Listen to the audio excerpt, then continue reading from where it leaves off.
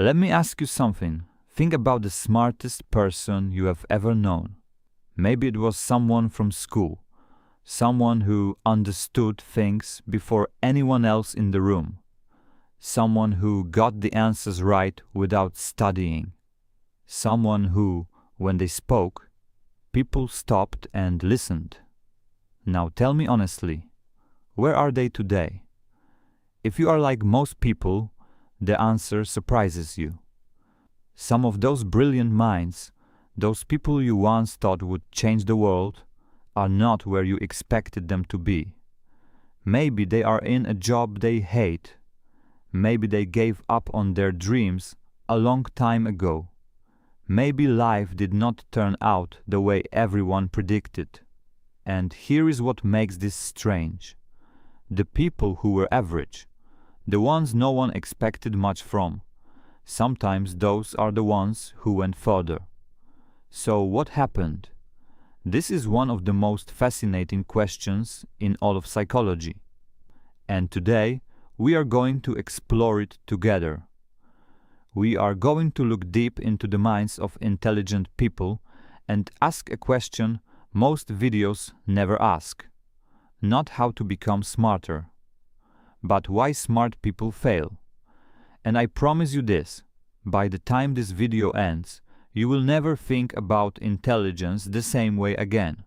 But first, let me tell you about a study that changed everything psychologists believed about success. Before we go deeper, notice the words we are using. Fascinating, something extremely interesting, brilliant, extremely intelligent, predicted, what people expected to happen. These are advanced English words, and you just understood them. That is your English growing, quietly, naturally, while you think. In the 1990s, a psychologist named Carol Dweck was working at Stanford University. She was watching children solve problems, and she noticed something strange. Some children, when they failed at a problem, became more interested. They leaned forward. They tried again.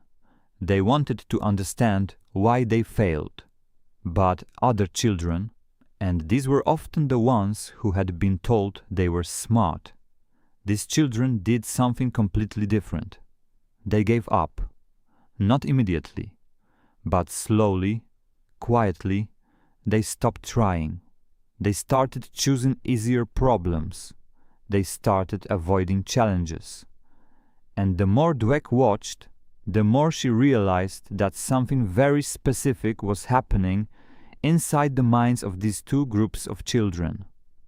It was not about intelligence, it was about belief. What those children believed about their own intelligence was changing everything. And here is the part that will surprise you most. The children who had been told they were smart were actually doing worse. Stay with me, because this gets more interesting. Dweck gave this a name. She called it mindset. She identified two types. The first she called the fixed mindset. A person with a fixed mindset believes that intelligence is something you are born with. You either have it or you do not. It is a gift. It is fixed. It cannot change. The second she called the growth mindset. A person with a growth mindset believes that intelligence is something that develops, that the brain is like a muscle. The more you use it, the stronger it becomes. Now here is where it gets fascinating. Children who had been praised for being smart. You are so intelligent. You are so clever. You are a genius. These children developed fixed mindsets. Because if intelligence is a gift, then every failure becomes evidence that maybe the gift is not real. Every difficult problem becomes a threat. So they avoided difficult problems. But children who had been praised for their effort, you worked so hard on that. I love how you kept trying. That took real persistence. These children developed growth mindsets. They were not afraid of failure. because failure was just information. It was just part of the process. This is already changing the way you think, but we have only just begun. Because the next thing Dweck discovered is something that affects adults even more than children. Let us pause here for one moment. You have been listening for 5 minutes. How did it feel? Not like studying, right? That is the point. Real English is not grammar tables and textbook exercises. Real English is this idea so interesting that you forget you are learning a language. Keep listening.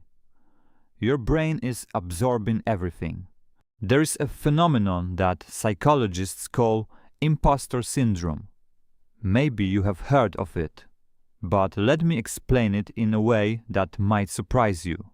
Impostor syndrome is when a person, despite evidence of their own success, despite achievements, despite other people recognizing their talent, still believes deep down that they are not really good enough, that they are a fraud, that one day someone will discover the truth. And here is the remarkable thing. Impostor syndrome is most common among highly intelligent people. Why? Because smart people notice more. They see the gaps in their own knowledge. They see the things they do not yet understand. They are aware of complexity in a way that less analytical minds are not. An average person might look at a problem and say, "Yes, I understand this." A highly intelligent person looks at the same problem and thinks, "But what about this angle? And this exception? And this thing I have not considered?" Their intelligence makes them more aware of how much they do not know, and that awareness, that very awareness that makes them smart, can become the thing that stops them from acting. This is one of the deepest traps that brilliant people fall into. And we are going to look at exactly how it works. There is an old phrase in English, paralysis by analysis. Let me break that down for you. Paralysis means the inability to move. Analysis means examining something very carefully. So paralysis by analysis is when you think so deeply, examine so carefully, consider so many possibilities that you cannot make a decision. You become frozen. Smart people are particularly vulnerable to this trap because they can always see the risks. They can always construct the worst-case scenario. They can always find one more thing to consider before they decide. And so they wait. They plan, they research, they prepare. And while they are preparing, someone with half the intelligence but twice the willingness to act, that person goes first. That person takes the opportunity. That person learns from doing what the smart person was only imagining.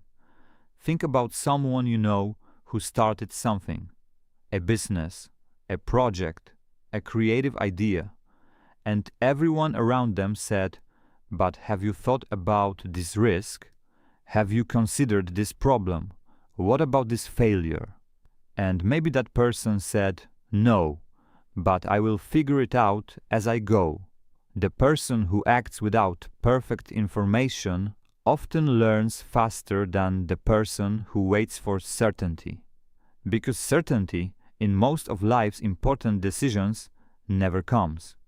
And smart people know this, which is exactly why they wait. It is a beautiful trap. Keep listening. Let me tell you about two brothers. I am not going to use their real names. Let us call them David and Marcus. David was the smart one. Everyone knew it. Teachers told his parents. Other students knew it. David could read at 4 years old. He won every school competition. When he was 15, his teachers said he had the potential to do anything he wanted. Marcus was different. He was not bad at school, but he was not exceptional. He worked hard. He made mistakes and tried again. He was by every measure an average student. After university, David joined a large company. Safe, respectable, something he could do well without being challenged too much. He did not want to fail at something important.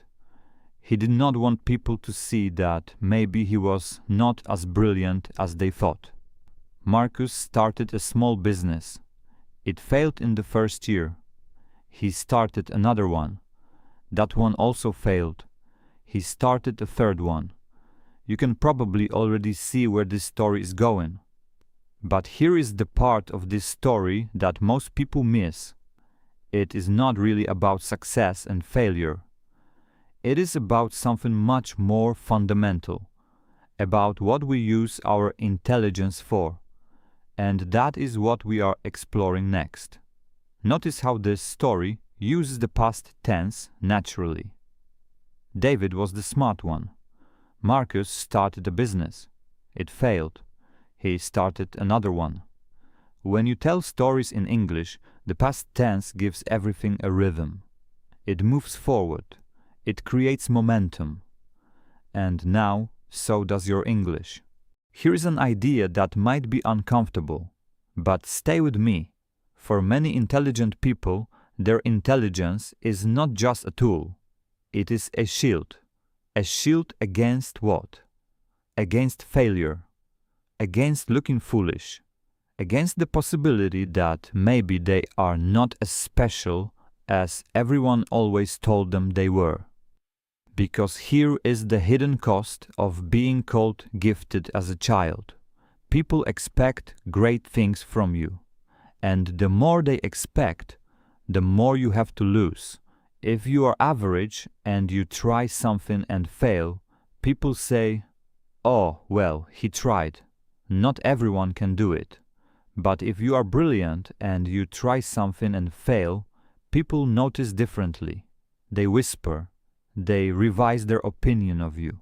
And something in you knows this. So unconsciously, without even realizing it, you begin to protect yourself. You do not start the business, so you cannot fail at it. You do not write the book, so no one can say it is bad. You do not speak in public, so no one can judge your ideas. You stay quiet. You stay safe. You stay brilliant in theory, never tested in practice. And this is where intelligence becomes the very thing that imprisons you. Because the gift that was supposed to take you further becomes the reason you never leave the safe ground.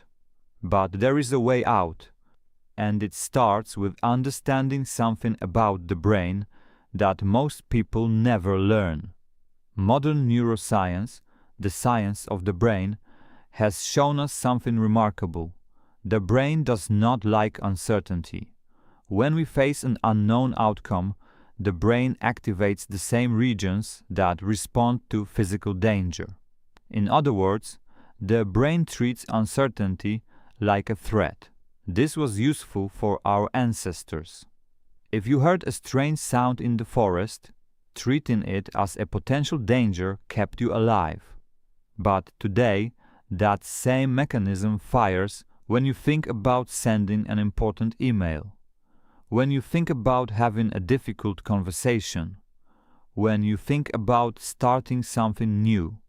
And for highly intelligent people, this uncertainty response is often stronger because they can imagine more possible negative outcomes.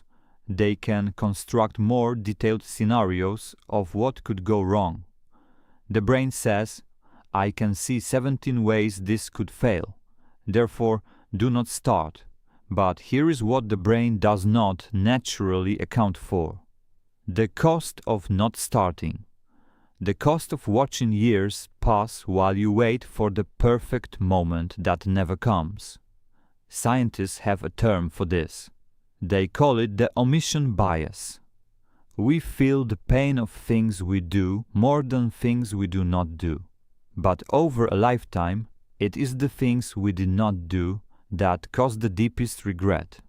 Let that sit for a moment, and then listen to what one of history's most brilliant minds said about this. Albert Einstein, widely considered one of the most intelligent humans who ever lived, said something that most people have never heard. He said, "It's not that I'm so smart, it's just that I stay with problems longer." Read that again. Stay with problems longer. He did not say he solved things faster. He did not say intelligence was the answer. He said persistence, the willingness to keep thinking, keep trying, keep sitting with a difficult question. That was his real advantage. And this matches exactly what Carol Dweck found in her research.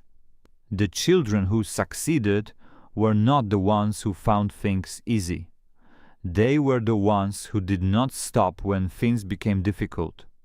This changes everything about how we understand intelligence. And it leads us to the most important question of this entire video. A question I want you to think about before I answer it. Ask yourself right now, in your own life, what have you stopped doing because it became difficult? We have been learning together for 17 minutes now. Notice how your understanding is building. Omission bias. Avoiding action to avoid pain. Uncertainty response. The brain's reaction to the unknown. Neuroscience. The science of the brain. These are not simple words, but they felt natural in context, did they not? That is how real fluency develops. Not through memorization, through meaning. After decades of research, psychologists have identified 3 specific patterns that appear again and again in intelligent people who underachieve. Let us look at each one carefully.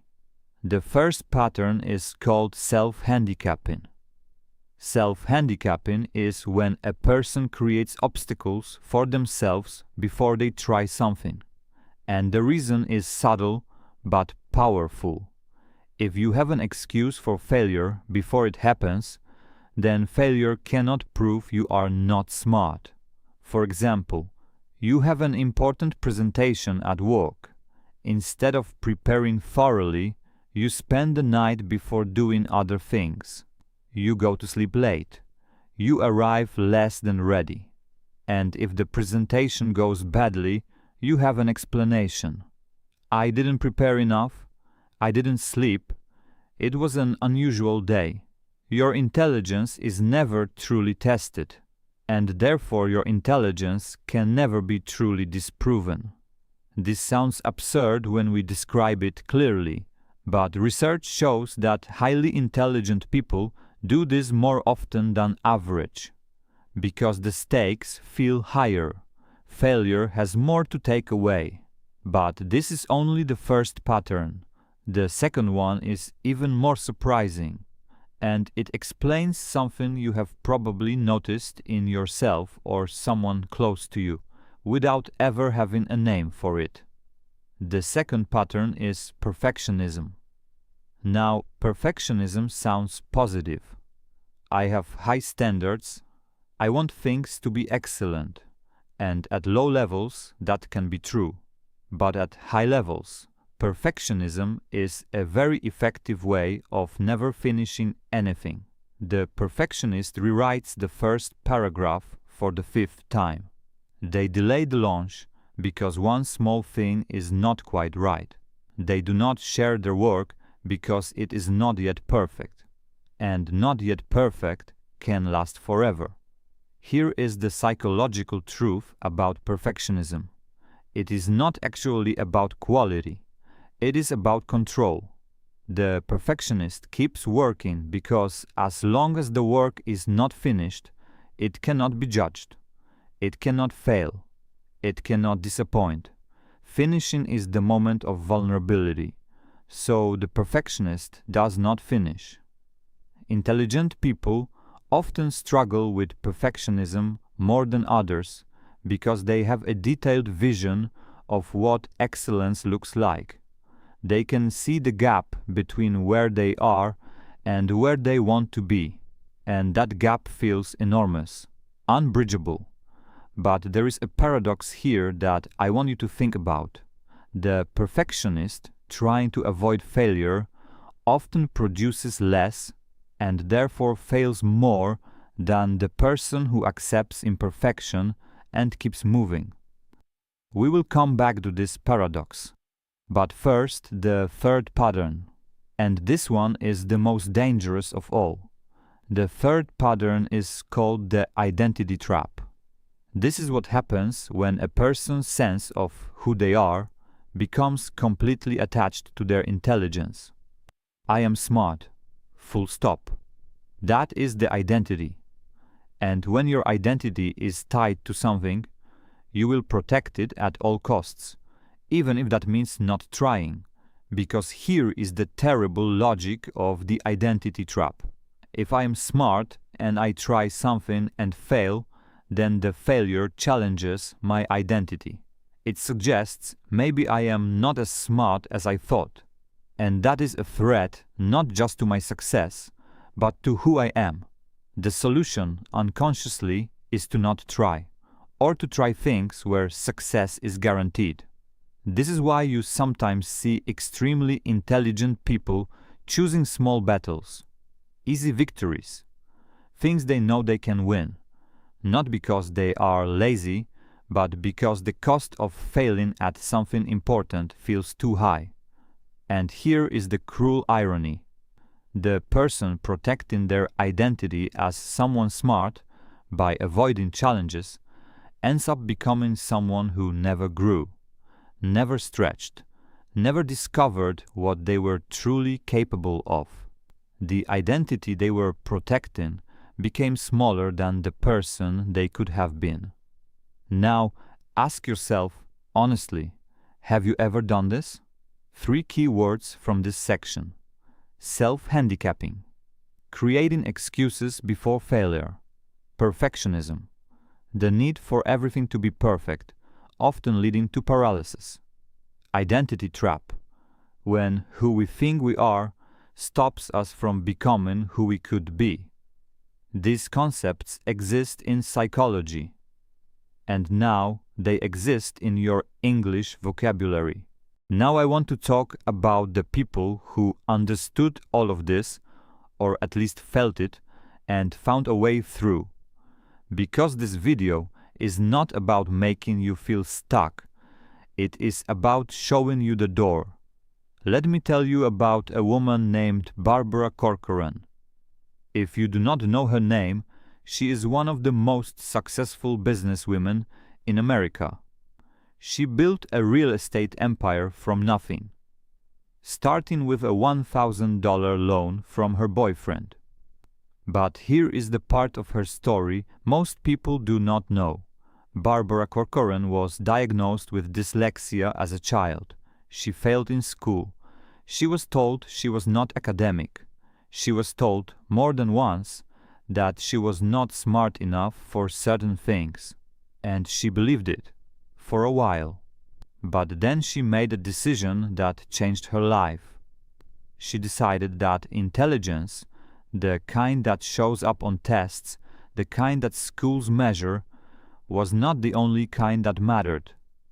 She had a different kind of intelligence, social intelligence, emotional intelligence, the ability to understand people, to read a room, to make someone feel seen and heard. She used that, and she built something extraordinary. But what Barbara Corcoran did was not just find her strength. She did something more fundamental. She changed her definition of what intelligence meant. And that is what we need to explore now, because it might change yours. In 1983, a Harvard psychologist named Howard Gardner proposed something radical.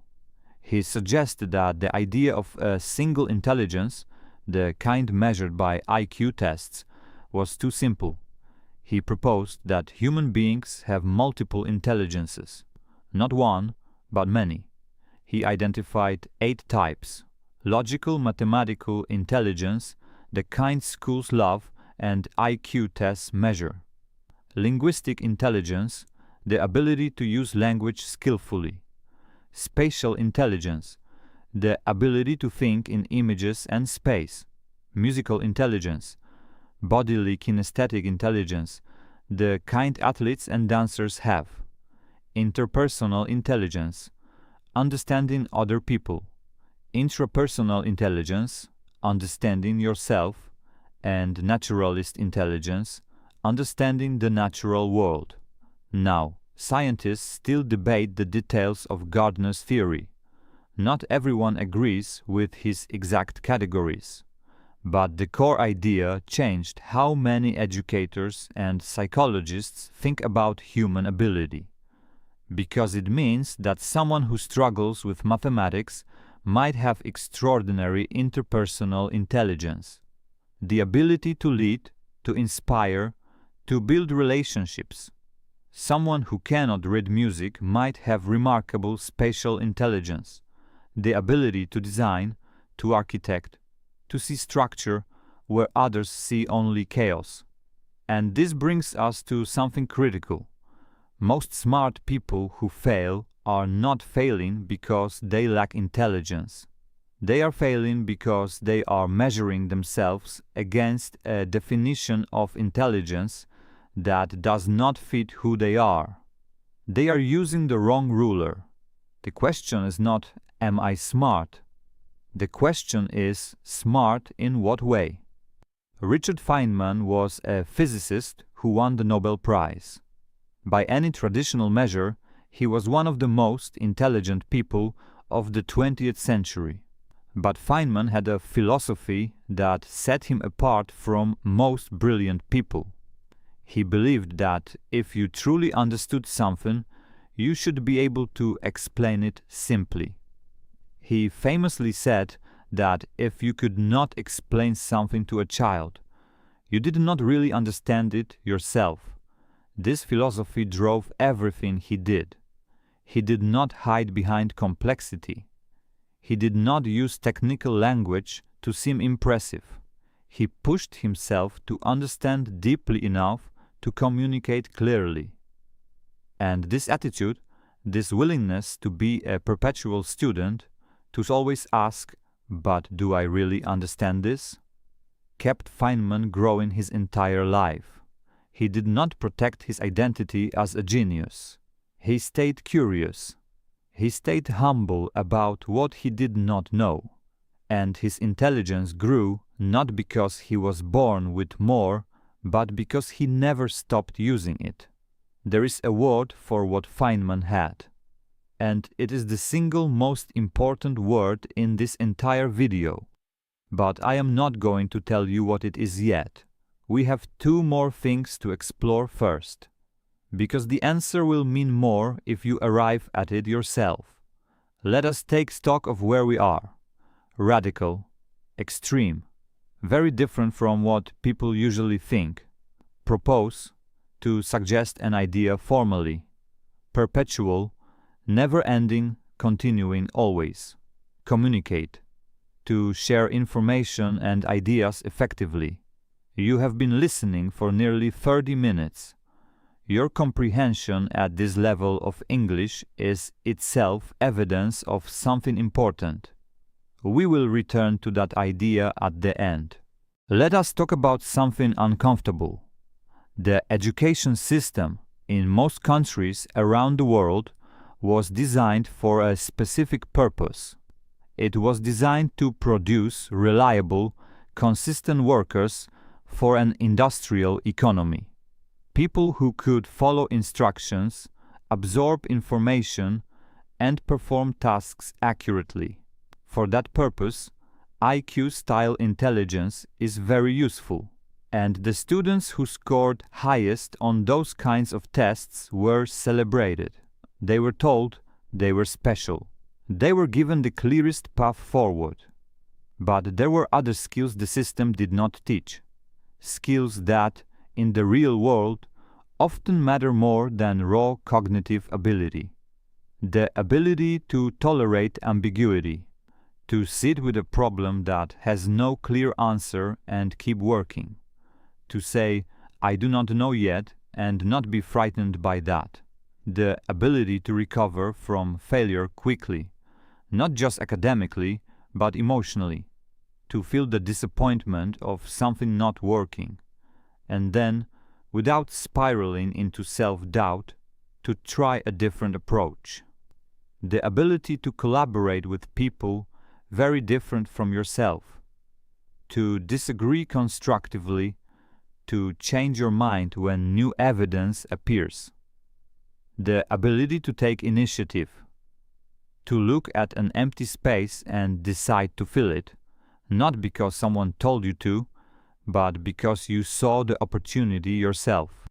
These are skills that the most successful people have developed, not because they were born with them, but because somewhere, somehow, they learned that these things mattered.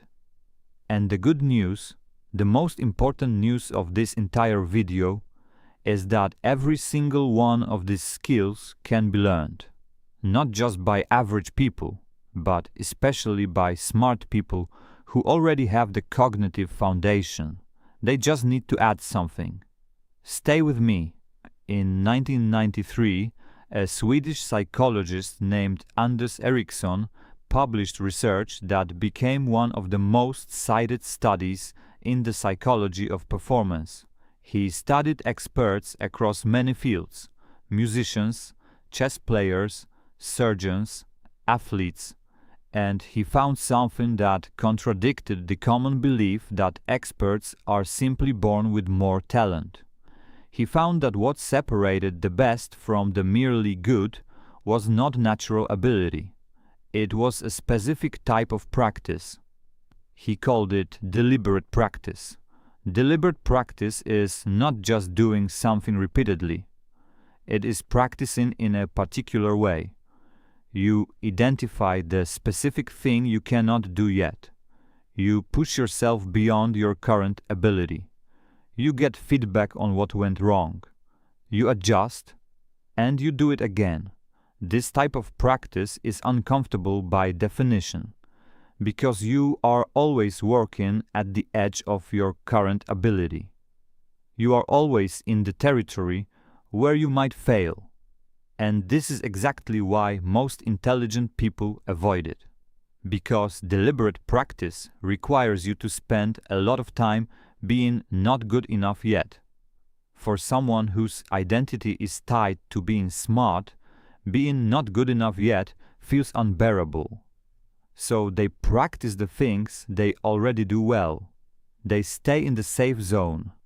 And while they stay there, the person with average intelligence but extraordinary willingness to be uncomfortable, that person is doing deliberate practice.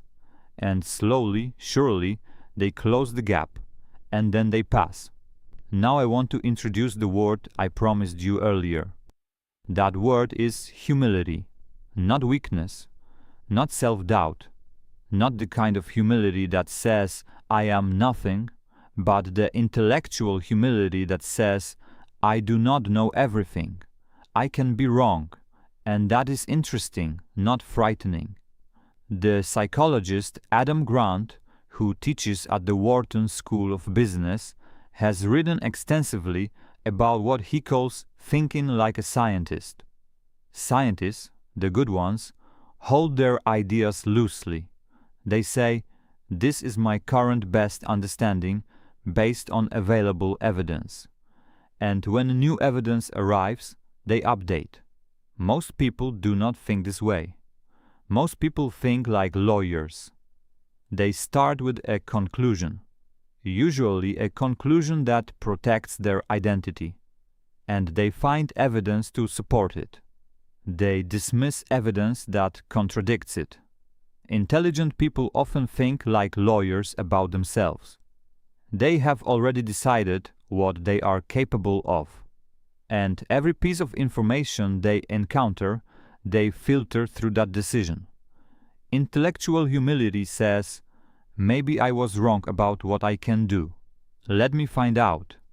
And when a smart person adds intellectual humility to their existing capability, something powerful happens. The defensive energy that was protecting their identity becomes creative energy. The brain that was busy guarding a fixed self-image becomes free to actually learn, to actually grow, to actually fail, recover, and try again. This is the turning point, and it leads us directly to the final section. Deliberate, done with full intention and awareness. Humility, the quality of not thinking you are better or more important than others, or in this case, not thinking you already know everything. Contradicted, proved the opposite of what was believed. You are 35 minutes into a complex English language conversation about psychology. Think about that for a moment. Let me bring everything together now. We started with a question: why do smart people fail? And what we found is this: intelligence, by itself, is not a guarantee of success. In fact, when intelligence becomes tied to identity, it can become the very thing that holds a person back. The fixed mindset tells the intelligent person, your intelligence is who you are. Protect it. Do not risk it. Do not test it against things that might challenge it. The brain's uncertainty response says, I can see how this might go wrong. Do not start. Impostor syndrome says, sooner or later, they will find out you are not as good as they think. Self-handicapping says, create the excuse before you need it. Perfectionism says, it is not ready yet. It never will be. The identity trap says, if I fail at this, who am I? And underneath all of these patterns is one thing in common: fear. Not laziness, not a lack of ambition, fear. But here is what the most remarkable, intelligent people figured out. Fear is not the enemy. Fear is the compass. The things that frighten you most are often the exact things that will grow you most. And when you understand this, really understand it in your body, not just your mind, you are free. So what do you do with all of this? First, examine your relationship with failure. Not what you say about failure, because most people say the right things about failure, but how you actually behave when you fail. Do you try again quickly, or do you protect yourself by not trying? Second, notice when you are being a lawyer rather than a scientist, when you are looking for evidence that confirms what you already believe about yourself, about what you can do, about what is possible. Then ask, what if I am wrong? Third, choose uncomfortable practice over comfortable performance. This is perhaps the hardest one, because comfortable performance feels productive. You are doing things. You are busy. But if you are only doing things you can already do well, you are not growing. Fourth, separate who you are from what you can do. You are not your intelligence. You are not your achievements. You are not your failures. You are something larger than all of those. Something that existed before any of them and will continue after. When you separate your identity from your performance, you become free to perform, to experiment, to fail and learn and try again. And finally, remember this: the goal is not to be the smartest person in the room. The goal is to be the most curious, because curiosity never stops learning. And in a world that changes faster every year, the person who keeps learning is always more valuable than the person who already knows. There is a student somewhere in the world right now, watching this video, improving their English, thinking about these ideas, and maybe that student was told as a child that they were smart. Maybe they were told they were average. Maybe they were told something worse. But they are here. They pressed play. They listened for nearly 40 minutes to ideas in a language that is not their first. They grappled with psychology and neuroscience and philosophy and biography. That is not average. That is extraordinary.